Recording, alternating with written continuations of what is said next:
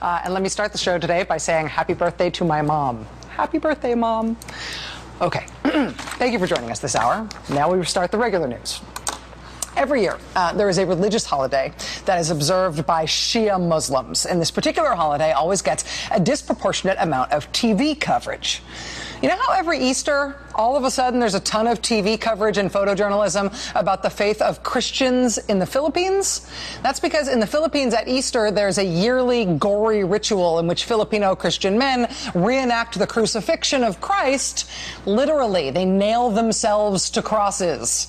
And every year, it is cringe-inducing and worse to see all the footage of this ritual, but it is a reliable international news story every year when it happens. Well, the Muslim equivalent of that disproportionately TV-covered holiday is a holiday called Ashura.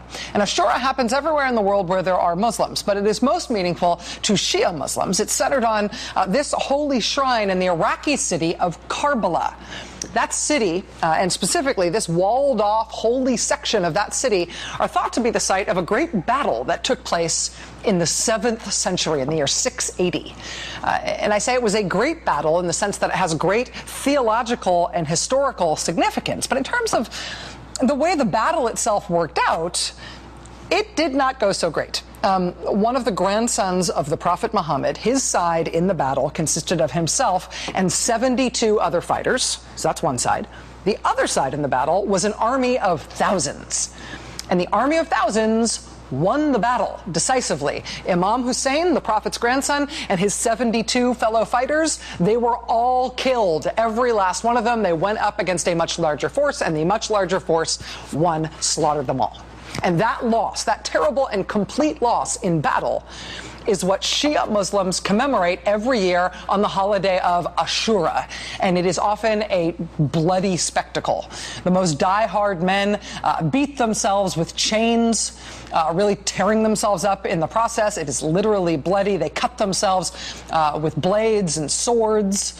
The idea of Ashura is to never forget, and indeed to celebrate, not just to celebrate not a military victory, but rather a military disaster, and the martyrdom of a revered descendant of the Prophet and the fighters who died with him. There are 1.6 billion Muslims in the world. 1.6 billion. Almost all of them are Sunni Muslims. Less than 15% of the world's Muslims are Shia Muslims. But in the history and the theology and the religious observance and the overall culture of the Shias, that is where you see the role of martyrdom play a really prominent role. If you talk to people who've been able to visit Tehran, if you look at street-level imagery from day-to-day life in Tehran, you come back again and again to the fact that it is basically visually suffused with martyrs. I mean, every country honors their war dead, but in the most Shia-dominated country on earth, in 90% Shia Muslim Iran, the war dead, the martyrs, are everywhere. They're on bus stops, they're on banners, they're on murals, they're on billboards, the streets are named for them. And it's not just a handful of celebrated or famous or religiously significant martyrs. It's everyday Iranian men who were killed in war or who otherwise died somehow defending the regime or serving the regime. Well, today in Iran, it's being reported that a number of hardline, anti-Western blogs and websites are claiming that Iran now has its newest martyr. He is reportedly a member of Iran's Revolutionary Guard. It's being reported that he was killed in Iraq in fighting against the Sunni militant group that has taken over a wide swath of Iraq in recent days. Pictures of the man's funeral were posted to a Revolutionary Guard website in Iran. The pictures show dozens of people carrying his casket covered in the Iranian flag. It's also being reported that a general from Iran's Revolutionary Guard has arrived in Iraq, has left Iran and gone to Iraq to fight the Sunni militant group that's taken over big parts of Iraq. American officials on Friday said that this particular general flew to Iraq with dozens of his officers. A Shiite member of parliament in Baghdad told the New York Times that it was more than that. They say that this general arrived in Iraq with 200 Iranian officers, all of whom are expected to stay behind in Iraq and help lead a multinational Shia Muslim fight against these Sunni forces.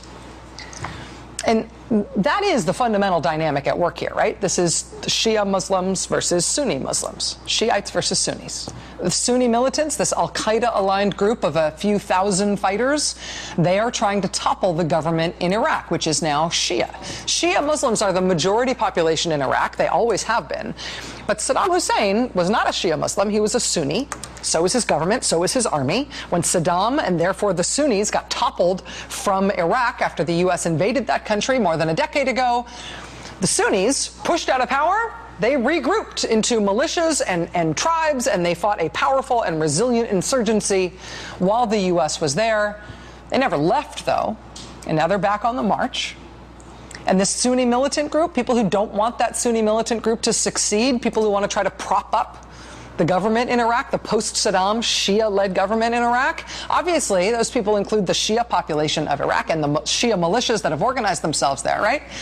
But also the other people who want to prop up the government there and fight those Sunni militant fighters that are trying to topple the government, the other pro-government forces effectively in this fight are the other Shia Muslim governments and forces in the region. Again, in the global population of Muslims, the Shia are not at all a majority. They are a relatively tiny minority. But when you look at the map, really, they are the majority of the population, and they make up the regime in Iran. And Iran, of course, has a long, porous border with Iraq. Shias are not the majority population in Syria, which also has a long, porous border with Iraq. But the ruling regime in Syria, Bashar al-Assad's regime, is a Shiite sect called the Alawites.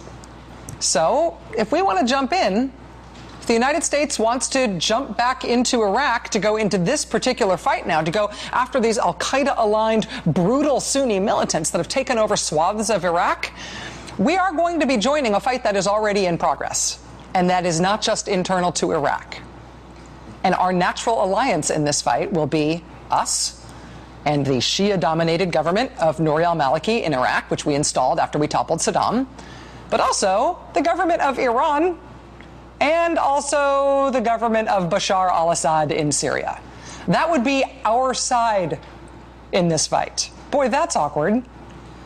And in a larger strategic sense, that is basically impossible. I mean, it's impossible to see that alliance, that existing alliance in any sort of clear strategic sense for the United States or for anybody else in that group, because it is not clear or necessarily strategic. It's just the facts of how the sides line up in this particular fight. When President Obama announced today in a letter to Congress that up to 275 American troops would be deploying back into Iraq 2.5 years after the last U.S. forces left there, I mean, this is the fight that he's sending them into.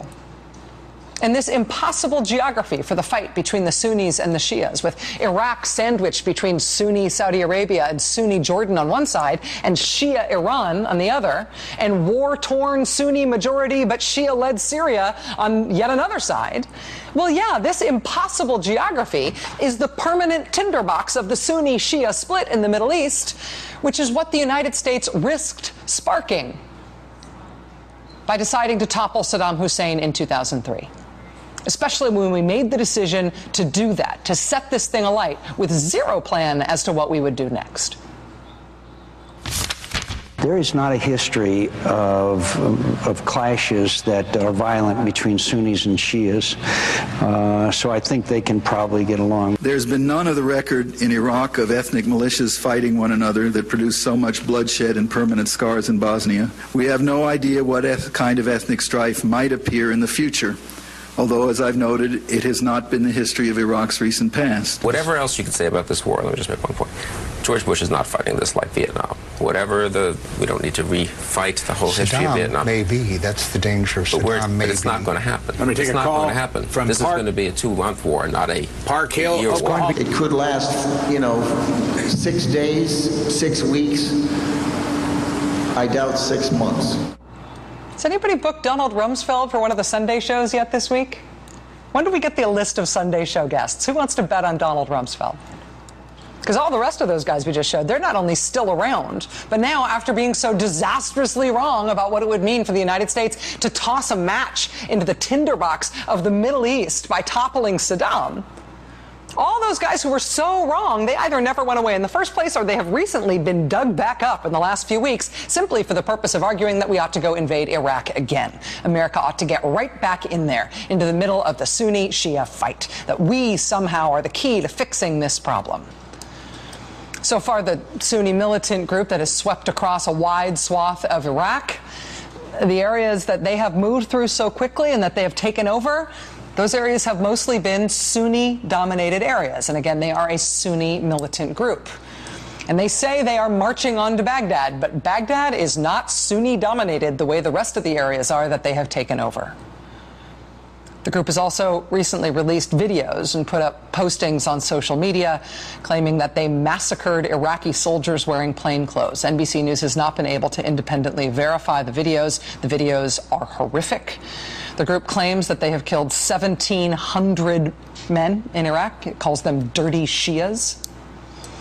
But while something undoubtedly terrible is going on in those videos, the Iraqi government denies that a massacre took place on that scale.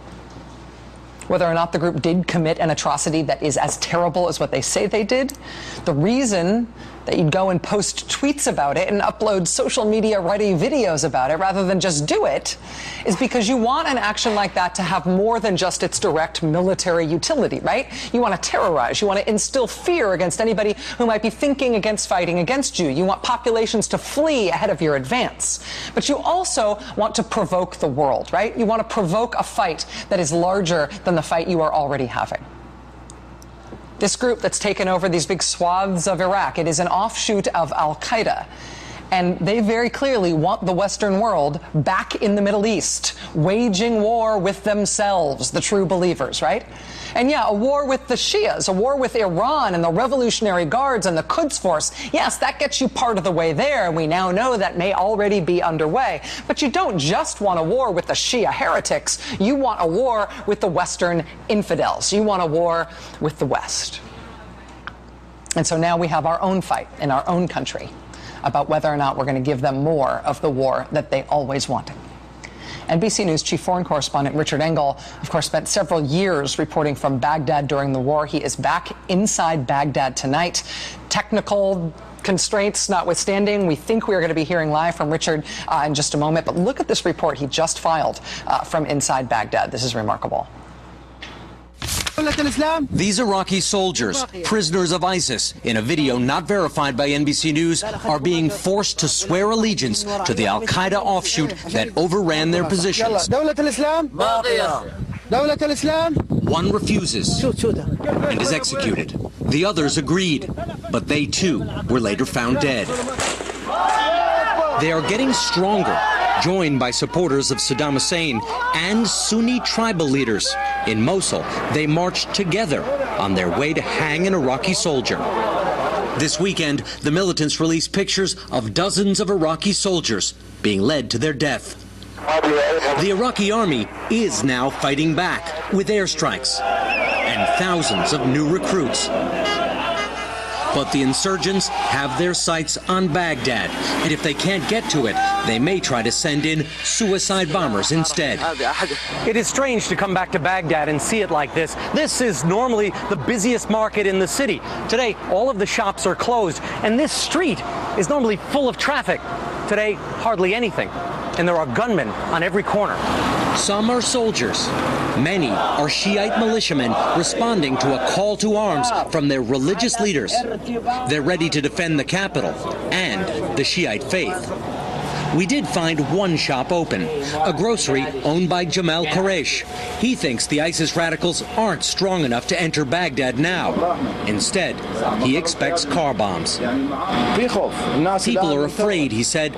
We expect bombings will come at any moment. This is perhaps the most iconic place in Baghdad, Firdous Square. There used to be a giant statue of Saddam Hussein right on top of that pedestal, until, as we all saw, U.S. Marines came right down this street, the statue came down, and Saddam's regime collapsed. Iraq was at a turning point then, and it may be at a turning point now. As evening came, even fewer people were out in the city of 7 million, bracing for a new round of sectarian war, perhaps the worst this country has ever seen. Joining us now from Baghdad is NBC News Chief Foreign Correspondent Richard Engel. He joins us now by phone. Richard, thanks very much for being with us in the middle of the night. I appreciate your time, my friend. Absolutely. I'm so sorry that I can't be on camera. We're having some technical issues. As you can imagine, there's a curfew in place here. Communications are not great. We were out on the streets not that long ago just sort of seeing what it was like in Baghdad under curfew. There is not a soul walking around. Nobody, but lots and lots of cops, checkpoints everywhere. And these are checkpoints by police, by these Shia militias, by Iranian guards, I think. I don't know. You couldn't really tell who they were, but you could certainly tell the allegiance here. This is a city on edge. This is a city where everyone is being checked right now. There are intelligence agents all over the place. If somebody came into town, one of these ISIS militants, a Sunni bomber, anybody who looks suspicious, they will be stopped, they will be questioned, they will be taken away. Richard, obviously Baghdad is a big city, 7 million people. We've talked recently about how the city became more segregated in terms of Shia and Sunni areas over the course of America's decade of war there. What's the situation with the Sunni population, the substantial Sunni population in Baghdad? The footage, obviously, that we've got of those young men signing up to defend Baghdad and being blessed under the holy book and everything, those seem very much to be Shia militia kind of images. Oh, they are terrified. The Sunnis who live in this town are terrified. They are worried about what's going to happen to them. Think about what happened in the past here. And by the way, the Iranian presence here isn't new. There have always been Quds Force advisors here, right from the beginning. The U.S. invaded this country. On day one, there were Iranian advisors, Iranian special forces in the country, advising the new politicians, trying to lay the groundwork, trying to figure out what is going on here. Iran is the biggest neighbor. Iran has the most interests in Iraq. It is the Shiite state. It sees itself as the protector of the world Shia community. Suddenly, Iran's neighbor is occupying the United States is occupying its neighbor. It has an enormous interest. It got here very quickly, and it never left. So now it's coming back to make sure that it can defend the Shia territory that it gained effectively, or gained as a friendly neighbor after the fall. The Sunni community here is very worried, and I think they have good reason to be worried, because during the American occupation, when U.S. troops were here, if there was a car bomb, the Iraqi troops, the Iraqi SWAT teams, the commandos, would go and start investigating these issues, these crimes, and they would start questioning people. Usually they would do these questionings in Sunni neighborhoods. They would round up lots of people, and horrible things would happen to the people they rounded up, to the Sunni witnesses and people who may have been peripherally associated with whatever kind of attack. And the Americans would try and keep a lid on it. And sometimes the Americans would tell the Iraqi army not to use excessive force or brutality or hold detainees in dungeon-like conditions. Well, the Americans aren't here doing that anymore. So the Sunnis are worried if car bombs do start blowing up that they're going to be detained and they're going to disappear and horrible things are going to happen to them. And I think that's pretty likely, Frank.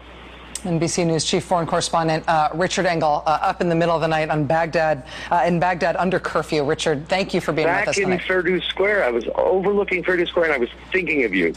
We need to come back and talk about it. We talked about it exactly then, that this sectarian fight never ended. This was a time bomb that exploded with the U.S. invasion. It just ticked away, in a sort of a low gear for a little while the U.S. was here. U.S. left, and it is back with abandon. We're going to repost our footage of our initial interview at Firdows Square from the last time that I was with you in Baghdad. We're going to post that at maddowblog.com tonight. It feels like homework at this point for what's about to happen next. Richard, thanks for being with us, my friend. All right.